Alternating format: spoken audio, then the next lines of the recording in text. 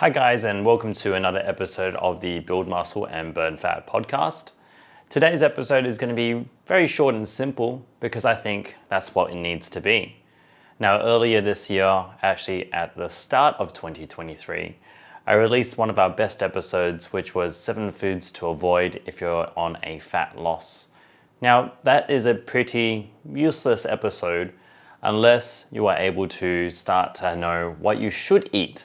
Because showing you what you need to eat, or what you don't need to eat, should I say, is kind of just fear-mongering, and it gives you a bit of sense of uncertainty of what you should do. Now, I always say this, and I'm going to say it straight up front right now. What I have on my list are things that I've just realized as well. Technically, yes, I am a certified nutritional coach, but we always make sure we teach people that you shouldn't be scared of certain foods. Even with the foods in the foods you should avoid, those are foods that you can still have. Just don't have large portions of it, or know when you should have them in different parts of your training season, because you're not always going to be in a fat loss. You're also going to be in muscle gain, you're going to be in a festive mode, and it's okay to have these parts of your life at different parts of your year. So today what I'm going to show you is the list of 7 foods you should have, especially if you're looking to gain muscle. But even if you were to gain muscle or lose fat, these food groups would definitely be part of it. How much you have of it is obviously going to be different, but here's a little tip to the people out there. Even if you are in a so-called bulking phase or gaining muscle phase, a phase where you want to put on some weight intentionally, you're going to be eating the same foods anyway, but you're going to be eating different portion sizes of it throughout the day. So if there could be any category of food, or 7 foods that I could categorize that you should eat more of, regardless if you're in a fat loss phase or in a gaining phase, these are the 7 foods. You just mediate the portion sizes. Now, number one is going to be eggs. And I know some people will be like, do you mean egg whites? No, I mean actual eggs. Eggs with the yolk, complete and whole. Now, this is a great food because it's super good for protein, but it has so much amino acids, as well as the fact it can also give you some good immune system boosters as well. Next thing is, it's very, very easy to be able to prepare. You could technically boil them and then you could take them to work. I'm not sure if you like to do that. You could fry them multiple ways or scramble them. Very easy to eat, very palatable. If you're in a fat loss phase, very easy to prepare. If you're in a gaining phase, very easy to be able to eat lots of and still be able to hit quite a few nutrients as well. Now, people do ask me about the whole egg whites thing. Should I have egg whites or egg yolks? This is what I personally would say. Have the egg yolks to what fits for your daily goals, of course. For the egg whites plus yolk, it's a serving of protein and also 1 serving of fat. So that's your thumb of fat and a palm of protein. It's technically not a lot of protein, but it's enough to go, hey, look, if you eat 2 of them, it might give you 1 palm size protein. And then I would say 1 thumb size of fat for every yolk that you have. Now, if you feel like one egg with 1 egg yolk, which is your thumb size, is going to be okay, but you want more protein out of it, this is where you can start to mix it up with some more egg whites so that you get more protein without just the bland flavor without the yolk, because egg whites by themselves, I'm not going to lie, is pretty disgusting.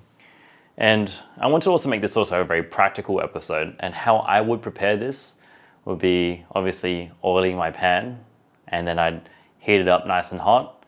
I'd make sure I'd have my eggs ready and beat them up, put them into the pan, and let that kind of fry on one side. This is where you can have a little bit of fun with it.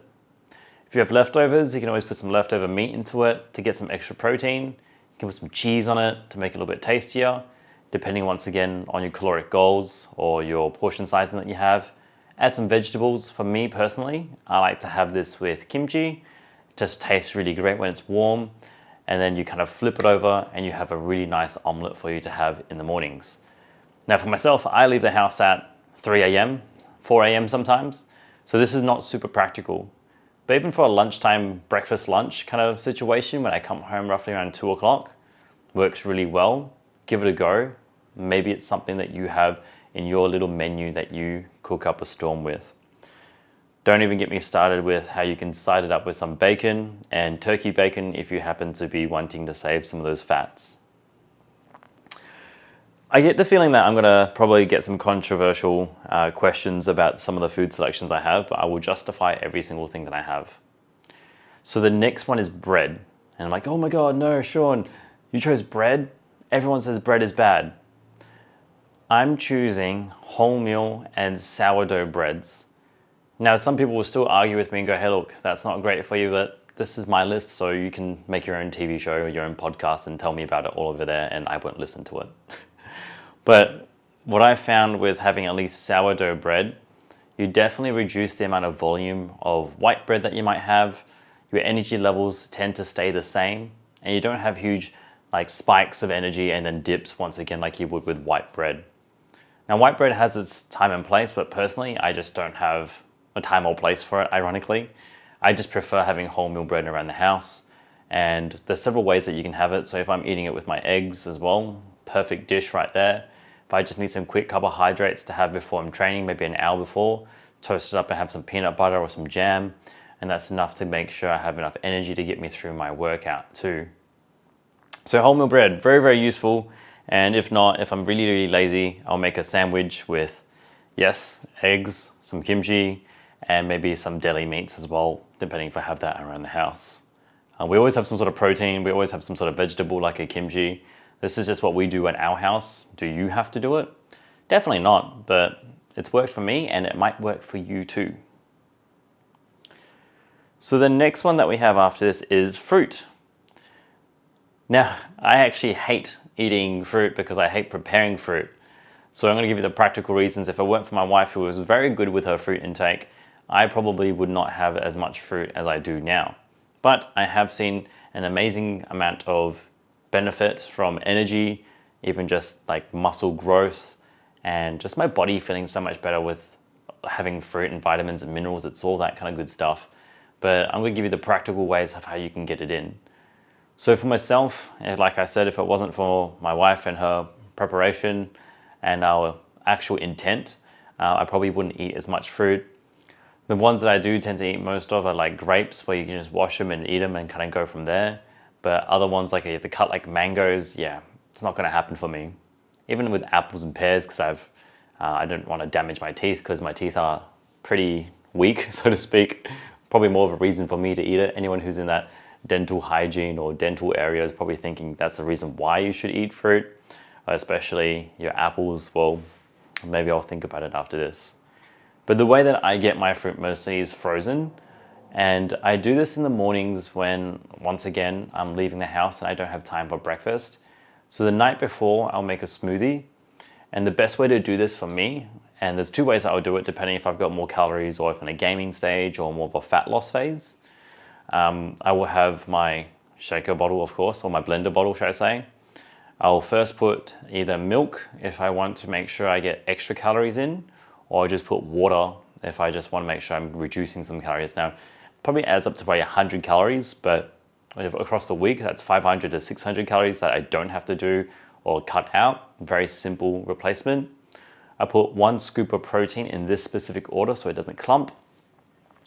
Then I also put in some frozen fruit. So this will be a typical blend that we get from Costco, and it has strawberries, dragon fruit, banana, and mango, I think. And it just gives us a great amount of flavor in it too. And I try to choose quite a neutral protein powder. So I'm just using like Optimum Whey, and this is a vanilla flavor. And then if I happen to, I've only done this twice in the last year, is put some spinach in there to get some more vitamins and minerals, and you can't taste it at all if you blend it really well. And one of the things I'd say for those people out there, if you're short on time, definitely invest in a blender. I think we have the NutriBullet, and I'm not sponsored. I wish I was, because it's a great investment, and it's been helping me quite a bit when I've been trying to put in some more extra calories. Just be aware, if you happen to be in a fat loss phase, that if you are drinking your calories, it's probably going to take away the fact that you may not be feeling full, because you're taking away the chewing factor. So just be aware before you cut the calories and you're drinking smoothies like this, see if you can replace it with a sit-down meal instead. but fruit nonetheless, and that's how I get it. I'll tell you a story actually. So after one of my fat loss phases last year, my Fit by 30, I was craving for one of these brownies that the cafe near my work has.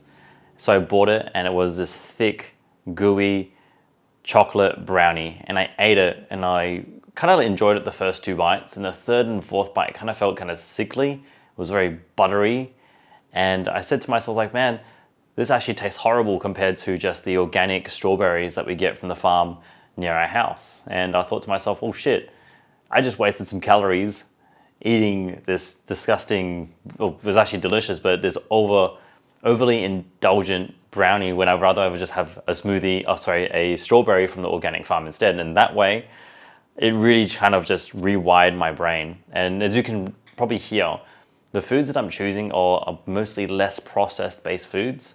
So if you haven't done this kind of like elimination diet to actually rewire your brain to eat more processed or less processed foods, you'll feel an amazing difference once you have, and food starts to taste different, and you start to value things like strawberries instead of a chocolate brownie. Trust me. It sounds weird, I know, but it's a true fact. Speaking from experience. Now the next one I've got is a category. I tried to not make this so broad, but I didn't want to make it so specific where you'd be like, well, I can't eat that. But coming from the background of myself being in a fitness industry, and for those of you who are listening to this and have never seen me, coming from an Asian background, lean proteins is definitely one of the things that people underconsume.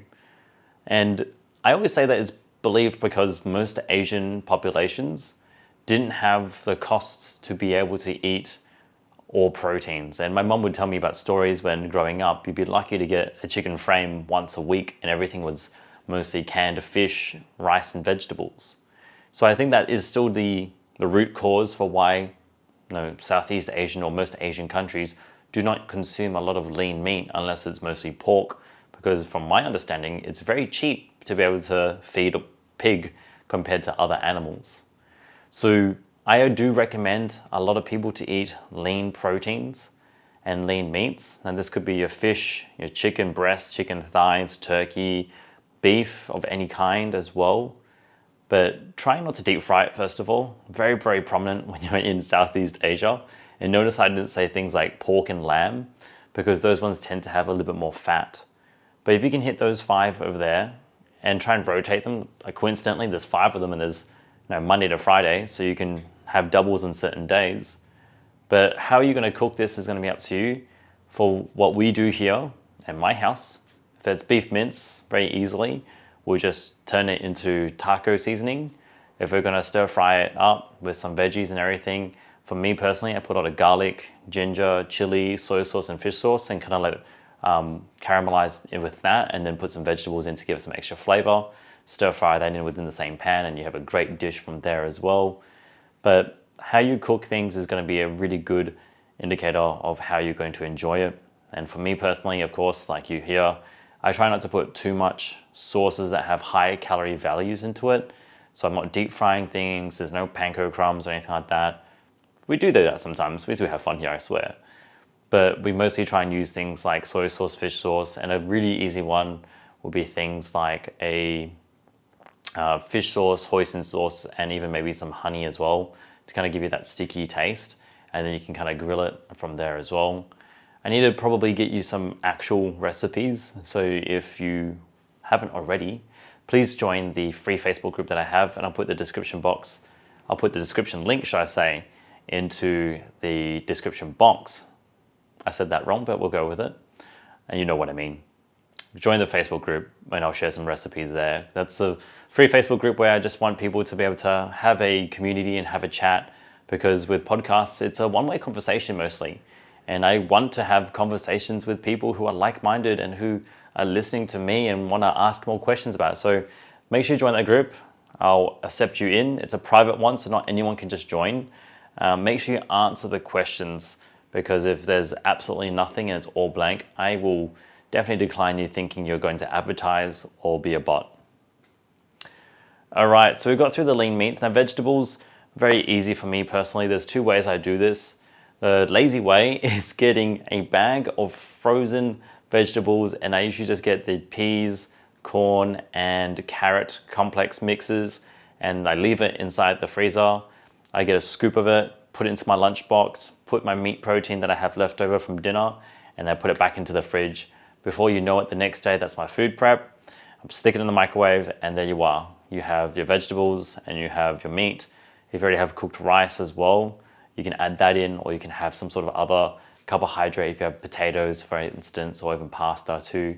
Those are some really good sources of carbs, but we're focusing on vegetables today. That's how I do my lazy veg, frozen. Now, if you need fresh veg, this is one of my favorite ones to cook up. It's gonna be like some sort of Asian vegetable, and this is what I do because I'm Asian. I think it's bok choy, choy sum, anything of those two. Just slice them up. Even broccolini I mixed up too. Get some carrots, get some cauliflower, break that up, put it in, and then add some ginger, add some soy sauce, add some Maggi seasoning as well, salt, pepper, and if you had some sliced chilies too, and just cook that up and stir fry it, that's just perfect. And to be honest, that's the kind of flavor that I go for most of the time, flavor profile. For yourself, you might have to find something, but that's pretty safe to do. Even for vegetables, we're not too fancy here because when you have, once again, gone through this process, fresh vegetables taste really sweet, really delicious too. So I'm not lying. Why would I lie anyway? But this is also my flavor profile, but don't get me wrong, I'm not a freak. Everything tastes better with gravy. And certain gravies out there have low calories, but we're not going to talk about gravy today, but ongoing joke in my house. How good is gravy? And egg gravy makes everything better. It's definitely true. Okay, so our next one. This is going to shake some heads too. Rice and pasta. You definitely need to get more rice and pasta into your diet. Now, before you start going on to buy all sorts of rice and pasta, wholemeal, just like you did with your bread.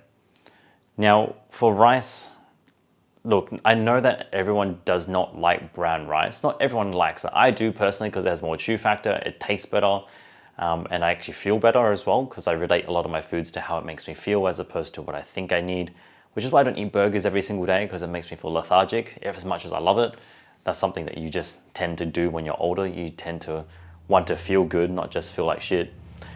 So, loud car outside, hope you guys didn't hear that. So when it comes to rice, I actually say basmati rice because this one here has low GI and you can still eat a good amount before it makes you full, and it doesn't have that many calories compared to, but one palm size serving or one fist size serving gets you pretty far. That takes as one carbohydrate for those people who are following my hand portioning methods. But if you're doing it by calories as well, it's actually not that bad.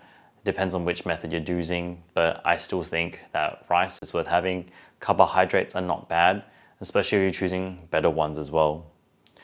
Now the last part of that one was pasta. You can get really good pastas out there which have really good protein and carb ratios. Now some people will say, well, the pasta that has high protein doesn't taste better, but it could be a lot worse if that's your biggest problem.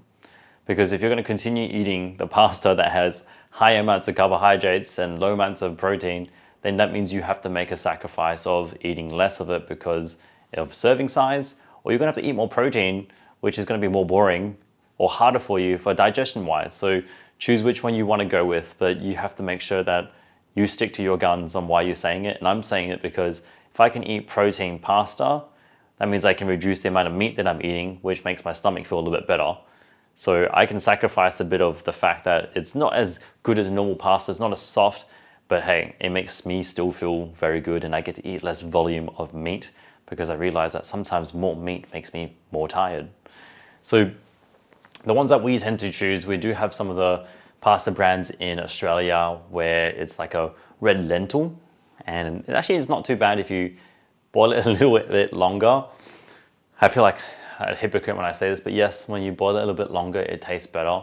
But sometimes you kind of have to overcook it. I'm sure someone's listening to this podcast shaking their head going, that's not the way you do it. But I don't care because it still tastes good. And I mix it up with some vegetables and a little thing that I guess, I'm not sure if people out there do this, But when you're sick in an Asian household, you have chicken stock, pasta, and some vegetables, like literally just peas in it, and it's like the perfect soup to send you back to sleep once you've got a cold or something. But I still eat that in a wintertime meal. Good for muscle building too. And I don't care what people say out there, as long as you hit your protein goals, but carbohydrate has a big role in building muscle and shaping muscle too, because that's what gives you the fullness, but it also gives you the energy too. There we are. So to go through that, then we've got eggs, we've got wholemeal bread, we've got fruit, lean meat, vegetables, we've got rice and pasta as number 6 together. Now number 7, technically this is not a food, but number 7 is going to be water. And like I said, this is my list, and this is also my experiences. I'm horrible with drinking water, but I have realized that the more water that I drink, or closer to the required amount of 2 liters to 2.5 liters, I feel better, I recover better, my skin's better, my joints don't creak as much, and just training overall is so much more constructive as well. And if you're trying to sustain yourself in a healthy lifestyle, these are things that you need to know. Because if you didn't know this and you just try and drink more Powerade, which has got sugar and salt, you're getting more thirsty. There are times and places for things like this, but trying to hit the nail on the head and notice how none of these things are supplements. Even if I were to own a supplement company, I would 100% say that these 7 things on this list are still things that you need to have in your diet. Now, if you're in a fat loss phase or in a muscle gaining phase or strength gaining phase, your portion sizes are going to be different. Your ratios of certain things will be different. For example, you may not be having as much full eggs compared to egg whites, but these are going to still help you long term as well. Now, if you listen to this far, all I can say is if you want to train with me for 6 weeks for nutritional coaching, I am doing it at a promotional price. I don't know how long I can do this for, but my capacity of work that I can take on new clients is going to be very full very soon. So if you're listening to this, don't miss out. I'm only doing it for $97 for 6 weeks, and it involves the full gold class experience, including modules that will guide you through what we're going to do. You're going to message me in real time as well. So it's not a bot. It's not anyone else pretending to be me. It's actually me messaging you through the coaching app. And we're going to work on your nutrition. You're going to do weekly check-ins with me. Once again, loud car outside. But I don't want you to miss out. So all I can say is if you feel like you want to do this, definitely take on that challenge. I'm going to put the link in the description box where you can purchase this $97 offer. All I can say is probably going to last maybe 7 days or until I get the first 5 people to fill out the spots. So whenever this episode comes out, 5 spots left. Hopefully you will take this on and we can help you out from there. Guys, all I can say, if you enjoyed this podcast, please like it, share it with a friend, screenshot it and tag me on your Instagram stories. That's Sean.momentum, SEAN.momentum. And I just want to know who's in the group and who's actually listening too. Speaking of groups, join the Facebook group. It's free. I would love to have a conversation with you. Take care, everybody, and keep building momentum.